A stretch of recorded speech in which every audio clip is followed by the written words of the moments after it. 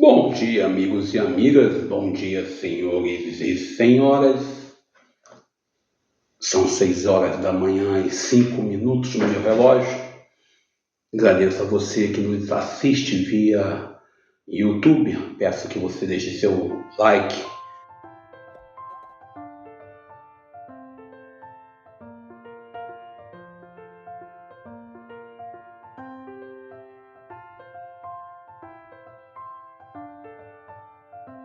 Lembrando a todos e a todas que hoje é domingo, dia do Senhor, 7º domingo da liturgia da Igreja Católica. Estamos lendo o texto de Samuel, 1 Samuel, capítulo 26, versículos 7 ao 9, versículos 12 ao 13, depois versículos 22 ao 23. E o salmo é o Salmo 11, entre parênteses, Salmo 12. E a gente vai ler a segunda leitura, 1 Coríntios, capítulo 15, versículos 45 ao 49. E o Evangelho de Lucas, capítulo 6, versículos 27 ao 38. Antes de mais nada, eu quero me apresentar. Eu sou o Daniel Nonato. Em nosso canal não falamos em nome de nenhum grupo religioso, de nenhuma igreja, de nenhuma pastoral. É um canal privado, ou seja, se você quer seguir a gente agradece.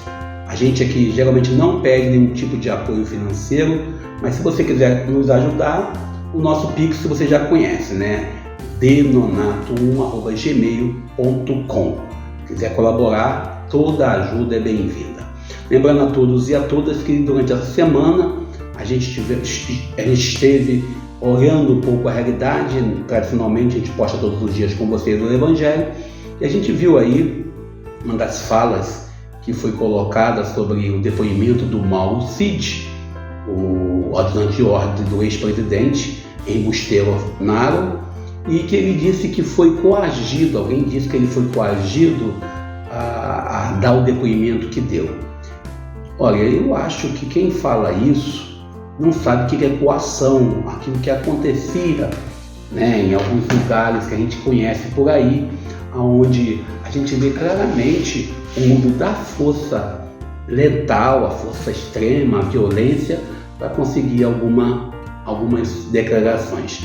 Também, quando você vê um cidadão pedindo anistia para um crime que não foi nem julgado ainda, de uma situação como essa que nós estamos vivendo, e diz que para ser igual ao período em que o Brasil sofreu uma ditadura civil-militar, a gente vai falar esse termo agora que foi usado, a Samia Belfus citou esse termo, ela está reconhecendo que houve uma ditadura, ou seja, eles reconhecem historicamente. E sem contar que durante toda a história da vida de todo cara que se diz de direita, seguidor de Bolsonaro sobretudo, eles sempre se manifestam contra os direitos humanos e falam que todas as pessoas que estão presas não foi à toa. Agora nós temos um momento histórico onde os valores se invertem, porque pessoas que se dizem de direita estão falando em direitos humanos. Quem diria isso? Aqueles que estavam numa situação criticando todo tipo de anistia que aconteceu na década de 80, década de 70, final da década de 70, início da década de 80, hoje pedem a anistia. Essa é a realidade que nós estamos vivendo aqui no Brasil. Se você é de outro país, é só para lamentar, só para dizer que sim. Bom, a gente fez o nosso comentário sobre a realidade. A gente vai olhar para o Evangelho de hoje, Lucas capítulo 6, versículos 27 ao 38. Primeiro, é a nossa continuação do Evangelho semana passada. É a nossa continuação. Também a gente vai olhar claramente que esse Evangelho ocorre logo após Jesus ter levado seus discípulos à montanha, logo após Jesus trazer para nós as bem-aventuranças e os ais. As bem-aventuranças que estão em Mateus capítulo 7, 5, 6 e 7. E aqui ele faz o famoso Sermão da Montanha, aqui faz o Sermão da Planície. Lembrando que nós já comentamos sobre o Sermão da Planície, onde diz que Jesus fala em um tom de igualdade, não de cima, mais próximo, em cima da montanha, porque Mateus escreve mais para o povo judeu, aqui Lucas escreve para o povo grego, para os gentios. E a gente tem que reconhecer aqui dois momentos que Jesus faz um comentário que nos deixa assim extremamente pensativos.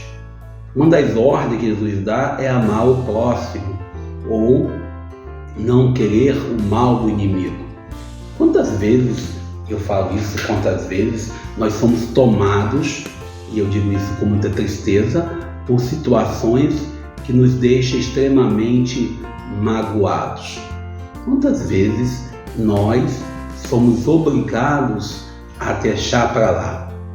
Durante a semana que passou, eu não posso comentar 100%, mas posso comentar, teve situações da vida em que eu vivi, você também, em que você deu vontade de matar uma pessoa talvez, ou talvez espancar, odiar, deixar mágoas.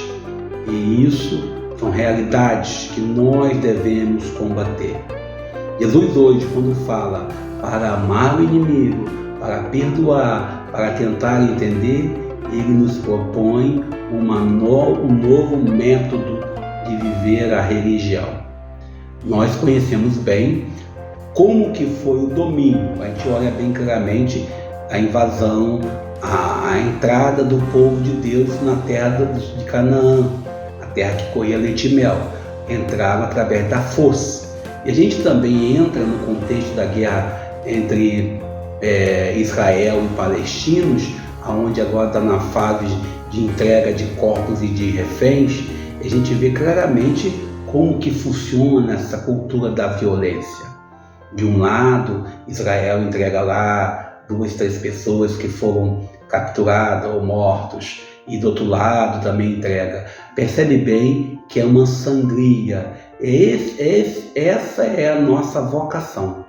Como cristãos, e ontem eu falava isso com o padre Tonini, lá da Itália, por telefone eu dizia para ele, padre, às vezes a gente que está na luta do mundo como leigos que somos, tem hora que nossa mágoa é grande e a gente fica difícil. E ele dizia, não desanime, e se você luta pela justiça, está fazendo a vontade de Deus. Você, quando fala em perdoar, não fala em ser comprometido com a injustiça. Perdoar sim, mas ser omisso diante do crime, diante da violência. Eu dizia outro dia com vocês aqui, no caso de um homem que violenta a sua esposa, no caso de um homem que usa de violência na sua família, e aí chega na comunidade, a ordem dos pastores, dos padres, não deve ser aquela do vamos perdoar. Vamos perdoar sim, mas não deixemos de encaminhar para os devidos métodos legais, com a finalidade de acontecer a justiça. O Evangelho de hoje ainda traz para nós uma obrigação primeira, que é a obrigação de construir um novo reino, não o reino da violência, não o reino do ódio. E Jesus, quando fala para emprestar e não pedir de volta, porque havia toda a questão da escravização de quem não pagava as dívidas. E hoje nós olhamos para a cultura do mercado, aonde você vale quanto produz, você vale quanto você tem para produzir. O Evangelho de hoje ainda nos questiona e nos coloca sobre um outro patamar. O perdão é algo que tem que ser gratuito. E aí tem uma frase famosa que a gente sempre cita: o perdão, ele é ofertado, ele é entregue. E todas as vezes, eu lembro da catequese, a gente, mas se a pessoa não me perdoar. O cristão, ele, por obrigação, ele tem por direito ofertar o perdão, mas tem por dever não permitir que esse perdão seja motivo de cometer injustiça. Diante da violência desse mundo moderno, diante de tudo aquilo que nós vivemos, diante de toda a realidade do mundo onde muitos querem ganhar fácil, você perdoar é você não querer o mal dessa pessoa. Você perdoar é você fazer a sua parte, mas não confundir perdão com omissão e com injustiça. Jesus ainda, quando nos coloca as condições, ele nos coloca devido à cultura do seu tempo. A boa nova do reino hoje nos pede que tenhamos consciência e saber quem somos. Após as bem-aventuranças, onde o centro é o pobre, onde o olhar de Jesus, o olhar do evangelista, apresenta os pobres como escolhidos de Deus. Após o momento de reflexão, Jesus traz toda uma realidade para dizer não ao ódio, não à violência, não a um ciclo vicioso, a famosa história onde você me bate e eu reajo, você me espanca e eu reajo. Jesus, quando fala isso de não reagir, de ofertar a cara, ele não faz isso quando o soldado romano lhe espanca, ou melhor, o soldado do sumo sacerdote lá em João o espanca. Quando o soldado vai e bate na cara dele, ele pergunta: por que me bates? Toda a questão do perdão entregue, do perdão doado, ele tem que ser a partir também do coração. Não pode ser um ato hipócrita. Ah, não, porque eu sou católico, eu vou perdoar. Ah, não, porque eu sou evangélico, eu vou perdoar. Não, porque eu sou cristão. O perdão, ele nasce da sua prática. E a gente aprende isso lá no tempo da tia Teteia, como diria a minha catequista, Dona Erotides. A gente aprende que o perdão, ele nasce da vivência plenamente na oração. A oração que nos motiva a caminhar com Deus. Quantas vezes nós, às vezes, falamos coisas horríveis e também devemos aprender a pedir perdão. Uma vez eu comentei com um amigo que, às vezes, a maior dificuldade não é nem perdoar, é aprender a pedir perdão. Pedir que a pessoa lhe perdoe, pedir que a pessoa lhe compreenda, reconhecer que você errou. Talvez em nossa caminhada seja esse o grande mal da sociedade. Um não reconhece que errou e o outro não tem capacidade de dizer que simplesmente quero conversar com você. O Evangelho de hoje nos pede que tenhamos consciência para saber quem somos, para saber aonde nós vamos parar.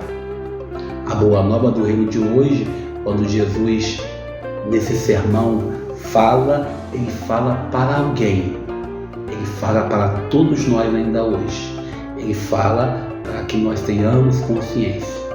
Talvez aqueles que falam que bandido bom é bandido morto não tenham conhecimento, ou melhor, não tenham consciência desta parte do Evangelho. Embora saibamos que a questão do perdão, ele nasce da oração, da nossa conversão diária à glória de Jesus. Aqueles que defendem, que falam de matar, que falam de ferir, que falam de condenar os outros à morte, que defendem a pena de morte, ou aqueles mesmo que defendem o aborto como uma saída para o momento da sua vivência, da dificuldade que a pessoa às vezes entrou, não tem consciência que o perdão nasce da arte de também se perdoar pela sua capacidade de ser omisso.